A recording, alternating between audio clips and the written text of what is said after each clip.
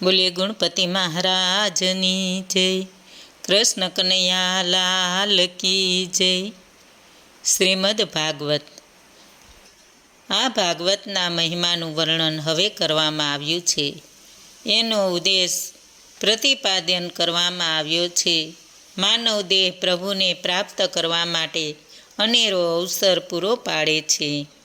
પરમ કૃપાળુ પરમાત્માના દર્શન કરવા માટે મનુષ્ય જન્મે છે.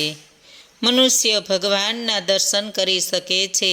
પશુ પક્ષીને પોતાના સ્વરૂપનું જરાય ભાન નથી, તો તે ભગવાનના દર્શન કેવી રીતે કરી શકે? પરમાત્માના દર્શન કરવાથી જીવન સફળ થાય છે. જીવ અનેક વર્ષોથી ભોગ ભોગવતો આવ્યો છે, છતાં તેને જરાય શાંતિ નથી. પરમાત્માના દર્શન જીવને શાંતિ આપે છે. સ્વર્ગના દેવો પણ પરમાત્માના દર્શન કરે છે. આ પરમાત્માના દર્શન 3 પ્રકારના હોય છે. શાસ્ત્રમાં એના 3 પ્રકાર છે. મંદિર અને મૂર્તિમાં પ્રભુના દર્શન થાય તે સામાન્ય દર્શન કહેવાય. ઈશ્વરનું અપરોક્ષ દર્શન એ શ્રેષ્ઠ દર્શન છે. સર્વ સજ્જનમાં, સર્વ જીવમાં જીવ માનવ પ્રભુ છે એ શ્રેષ્ઠ દર્શન છે.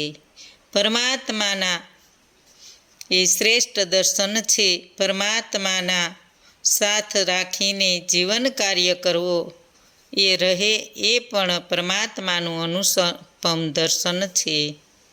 ઈશ્વર વિના કોઈ નથી, મારામાં ઈશ્વર છે, અંદર બેઠો છે, એવો ભાવ ઈશ્વરના સાક્ષાત્કાર તરફ દોરી જાય છે.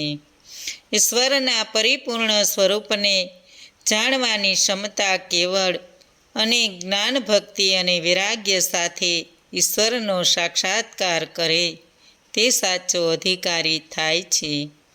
મંદિરમાં પ્રભુના દર્શન કર્યા પછી જ્ઞાનીજનોની દ્રષ્ટિ જ્યાં જાય ત્યાં ભગવાનના સ્વરૂપની ઝાંખીનો અનુભવ થાય છે. મંદિરમાં પરમાત્માના દર્શન કરીને બહાર આવો અને પ્રત્યક્ષ મનુષ્યમાં પરમાત્મા દેખાય તે સાચા પ્રભુ દર્શન છે. જીવ જ્યારે સર્વમાં પ્રભુના દર્શન કરે છે ત્યારે શિવ બને છે. જીવ શિવમય થઈ જાય છે. પોતાની અંદર જેને પરમાત્માના દર્શન થાય છે તે ઈશ્વરથી અલગ નથી, ઈશ્વરમાં મળી જાય છે. ભાગવત કથાનું આ સાચું રહસ્ય છે. સૂરદાસ અંદર પણ પરમાત્માનો અનુભવ કરે છે. સાક્ષાત અનુભવ થાય એ જ ભાગવત કથાનું ફળ છે. ભાગવતના શ્રવણ પછી મનુષ્યનો સ્વભાવ સરળ થાય છે. ભાગવત મનને સુધારે છે, દ્રષ્ટિને દિવ્યતા આપે છે. આમ પરમાત્માના દર્શન કરવાનું એકમાત્ર સરળ સાધન ભાગવતની કથા છે. ભાગવત અવલૌકિક દ્રષ્ટિ આપે છે. સતચિત અને આનંદ આ ત્રણેય પરમાત્માના સ્વરૂપ છે. સત પ્રગટ રૂપે સર્વત્ર દ્રષ્ટિમાન છે. જળ વસ્તુમાં સત છે, પણ આનંદ અપ્રગટ સ્વરૂપે અહીં તહીં છે. આ રીતે આનંદ પોતે પરમાત્મા છે, છતાં મનુષ્ય આનંદ બહાર શોધે છે, શોધવા બક્ષે છે. મનુષ્યની સ્ત્રી, દેહ અને ધન, પૈસા ટકામાં આનંદ શોધે છે. આનંદ કોઈ સ્ત્રી, પુરુષ કે ધન સંપ્રદા નથી. આનંદ પરમાત્મામાં છે. એને તન્મય થઈને જુઓ, એક રૂપ બનો, એટલે દિવ્ય આનંદની પ્રાપ્તિ થશે. મનુષ્યના અંતરમાં આનંદ છુપાયેલો છે. એ આનંદને જીવન વ્યવહારમાં કેવી રીતે લાવવો એ ભાગવત બતાવે છે. જીવ નારાયણનો અંશ છે અને અંતે તેમાં ભળી જવાનો છે. તે માટે શાસ્ત્રોમાં અનેક માર્ગ બતાવેલા છે. જ્ઞાન, કર્મ અને ભક્તિ. જ્ઞાનથી જીવ ઈશ્વર પાસે જઈ શકે છે. વૈરાગ્ય વગર જ્ઞાન સફળ થતું નથી. જ્ઞાનનો પાયો વૈરાગ્ય છે. ભાગવતની રચના કળિયુગના જીવોના ઉદ્ધાર માટે કરવામાં આવી છે. ભાગવતમાં એક નવીન માર્ગદર્શન છે. ભાગવત કહે છે, નિરાશ થતા નહીં. આ સંસાર છોડીને જંગલમાં જવાનું નથી. જંગલમાં જવાથી આનંદ મળે એમ નથી. જીવ જ્યારે સર્વ પ્રકારની પ્રવૃત્તિનો ત્યાગ કરીને નિવૃત્તિ ધારણ કરે છે ત્યારે જ મનમાં પ્રવૃત્તિના વિચારો દોડતા આવે છે. ભાગવતનો આદર્શ દિવ્ય છે. ભાગવત તમને માર્ગદર્શન આપશે કે યોગીજનો યોગ સમાધિમાં જે આનંદ પામે છે તે જ આનંદ તમે ઘરમાં રહીને મેળવી શકો એમ છો. ઘરમાં રહીને પ્રભુના દર્શન કરી શકાય એમ છે, પણ તમારા દરેક વ્યવહારમાં ભક્તિભાવ તદરૂપ થવો જોઈએ. ભાગવત એટલે ભગવાનને મેળવવાનું અનુપમ સાધન. મનુષ્ય દુઃખમાં ઈશ્વરને યાદ કરે છે અને પરમાત્મા સાથે તેનું અનુસંધાન થાય છે. પરમાત્માનો સ્વભાવ જીવ માત્રનું દુઃખ દૂર કરવાનો છે અને તેથી તે પણ પરમાત્માને વંદન કરવા જોઈએ. જીવનમાં આધ્યાત્મિક, આધિદૈવિક અને આધિભૌતિક એમ ત્રિવિધ તાપ આવે છે. વંદન કરવાથી પાપ બળીને ભસ્મ થઈ જાય છે. દુઃખમાં સાથ આપે તે ઈશ્વર છે, સુખમાં સાથ આપે તે જીવ છે. સૌ કોઈએ ઈશ્વર દુઃખમાં જ મળ્યા છે. પરમાત્માને હાથ જોડવા અને મસ્તક નમાવવું એની પાછળ મોટી ભૂમિકા છે. હાથ એ ક્રિયાશક્તિનું પ્રતીક છે. હાથ જોડવા એટલે મારા હાથે હું સત્કર્મ કરીશ એમ કહેલું છે, અને માથું પ્રભુ સામે નમાવવું એટલે તે પ્રભુ મારી પાસે જે બુદ્ધિ શક્તિ છે તે હું તમને અર્પણ કરું છું. વંદન કરવું એટલે ક્રિયાશક્તિ ભગવાનને ચરણે ધરવી, પ્રભુને અર્પણ કરવી. પ્રભુને નમન કરવાથી પાપ અને પાત બંનેનો નાશ થાય છે. ખરા દિલથી વંદન કરતા શીખો. ઘરની બહાર જતા પહેલાં ઠાકોરજીને પ્રણામ કરીને નીકળજો. ઈશ્વર પ્રેમય માગે છે અને પ્રેમ આપે છે. વંદન કરવાથી જીવ સાથે શિવનો સંબંધ થાય છે. ગીતામાં કહ્યું છે કે પુણ્ય મેળવવા માટે મનુષ્યએ માનવ બનવું જોઈએ, માનવતા મેળવવી જોઈએ. પુણ્યનો ઉપભોગ કરવા માટે સ્વયં વાતાવરણ નિર્માણ કરવું જોઈએ. પાપના દુઃખ ભોગવવાને માટે પશુઓનું સર્જન કરવામાં આવ્યું છે. આ સંસારમાં સુખ અને દુઃખની જોડી એક પછી એક ચાલે છે.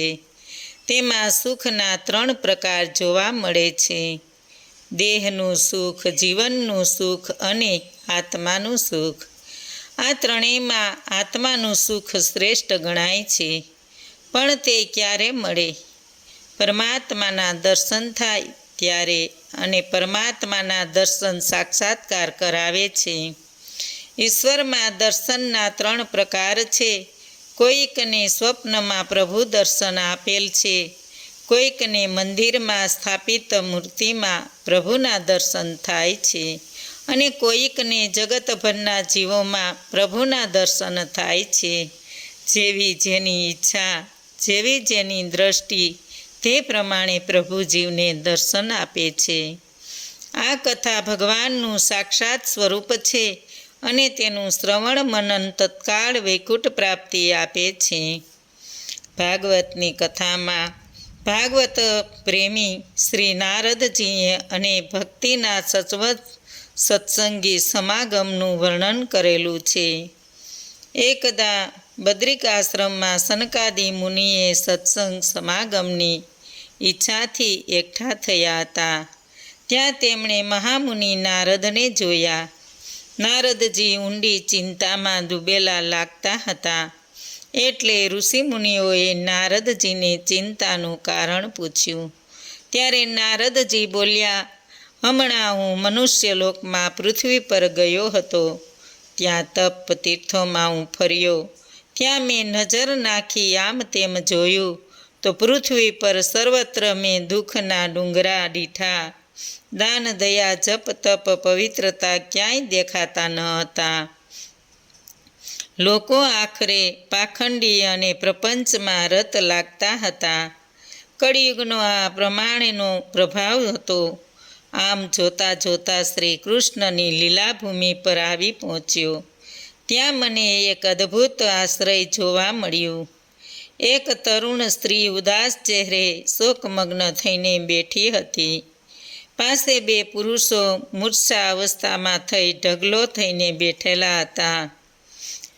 તે તરુણીને રડતી રડતી બંનેની સેવા ચાકરી કરતી હતી, પણ તે બંને ભાનમાં ન આવ્યા. મને જરા કૌતુક જેવું લાગ્યું, એટલે હું તેની પાસે ગયો. નારદજીના સ્વાનુભાવથી આ કથા છે. નારદજીએ આવતા જોઈને તે સ્ત્રી સફાળી ઊભી થઈ ગઈ અને નજીક આવતા બોલી, હે મહાનુભાવ, મારી વિપત્તિનું, મારા સંકટનું તમે નિવારણ કરો. તમારા દર્શન થતાની સાથે જ મને શક્તિ સાંપડી છે, અંતરની શક્તિ મળી છે. નારદજીએ પહેલાં તેની જીવનની કથા સાંભળી અને તેના દુઃખનું કારણ જાણી લીધું. તે સ્ત્રી ભક્તિ હતી અને તેના બે પુત્રો જ્ઞાન અને વૈરાગ્ય અકાળે મૃત્યુને આધીન થયા હતા.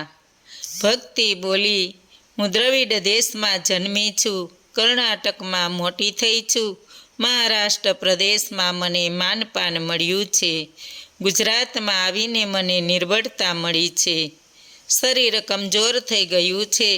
ગુજરાતમાં મારી સ્થિતિ સારી છે, પણ મારા બે પુત્રોની સ્થિતિ કફોડી થઈ ગઈ છે. નારદજીએ ભક્તિની વાત સાંભળી પછી તેને સાંત્વના આપતા લાગ્યા. નારદજી બોલ્યા, ધર્મની સ્થાપના કરવા માટે અવતાર લીધા પછી શ્રી કૃષ્ણ જ્યારે સ્વધામ પધાર્યા, એ પછી કળિયુગનું બળ વૃદ્ધિ પામ્યું છે. એક સમયે પરીક્ષિતે તેને સજા કરવા માટે શાસ્ત્ર હાથમાં લીધો, ત્યારે કળિયુગ રાજા સામે ઝૂકી ગયો. કળિયુગના દુર્ગુણોની વયમાં એક સદ્ગુણ છે. કળિયુગમાં જે કામ જપ તપ ધ્યાન સમાધિ આપી શકતા નથી, તેનાથી અનેક ગણું ફળ શ્રી કૃષ્ણનું નામ કીર્તન આપે છે. યુગ ધર્મ પ્રમાણે કળીને દુર્ગણો માટે દોષ દેવાનું કોઈ કારણ નથી. નારદજીએ ભક્તિને કહ્યું, હે ભક્તિ દેવી, ભગવાને તમારું સર્જન કર્યું ત્યારે તમે આજ્ઞા કરી હતી કે તારે ભગવાનના ભક્તજનોનું પોષણ કરવાનું છે. ભગવાનને મુક્તિને તારી દાસી બનાવી, જ્ઞાન અને વૈરાગ્યને તારાએ પુત્રો બનાવ્યા. સતયુગથી લઈ દ્વાપર યુગ સુધી તમે ચારેય જણ બહુ આનંદમાં ગુલતાન થઈ ગયા હતા, પરંતુ કળિયુગમાં દુઃખ અને પીડા સહન ન થતાં અને તેથી મુક્તિ વૈકુંઠમાં ચાલી ગઈ અને તારા બે પુત્રો અકાળે ઘરડા થઈ ગયા અને તું ચિંતામાં પડી દુઃખી થાય છે. હું તારા દુઃખનું નિવારણ અવશ્ય કરીશ. આચાર વિચાર વિના મન સાચી શાંતિ અનુભવતું નથી અને મનની શુદ્ધિ થયા વગર ભક્તિ બરાબર યથાવત કરી શકતી નથી. તેથી વિશેષ નડે છે. જ્ઞાન અને વૈરાગ્યને જાગૃત કરવા માટે ભાગવતની કથા છે. નારદજીની આ વાત સાંભળીને તાની સાથે ભક્તિનું મન પ્રફુલ્લિત થયું. આનંદનો આનંદ થઈ ગયો. મન અને તન બંનેને શક્તિ મળી. તે જ્ઞાન અને વૈરાગ્યને જાગૃત કરવા લાગી, પરંતુ તેના બધા પ્રયત્નો નિષ્ફળ નીવડ્યા. નારદજી થાક્યા. તેમણે ભક્તિને શ્રી હરિ સ્મરણ કરવાનું કહ્યું. તે વખતે આકાશવાણી થઈ કે તું સત્કર્મ કર. સત્પુરુષો સત્સંગીજનો તમને સત્કર્મ બતાવશે. નારદજી સત્સંગ માટે સાધુ પુરુષની શોધમાં નીકળી પડ્યા. તીર્થભૂમિમાં રખડતા રખડતા નારદજી બદ્રિકાશ્રમમાં આવી પહોંચ્યા. ત્યાં તેમણે સનકાદિ ઋષિમુનિઓને જોયા. ઋષિમુનિઓના દર્શનથી નારદજી રાજી રાજી થઈ ગયા. આકાશવાણીની પાછળ છુપાયેલું રહસ્ય નારદજીને સમજાયું. બોલો કૃષ્ણ કનૈયા લાલ કી જય. ભાગવત ભગવાનની જય. આજનું ભાવપુષ્પ શ્રી કૃષ્ણ અર્પણમ.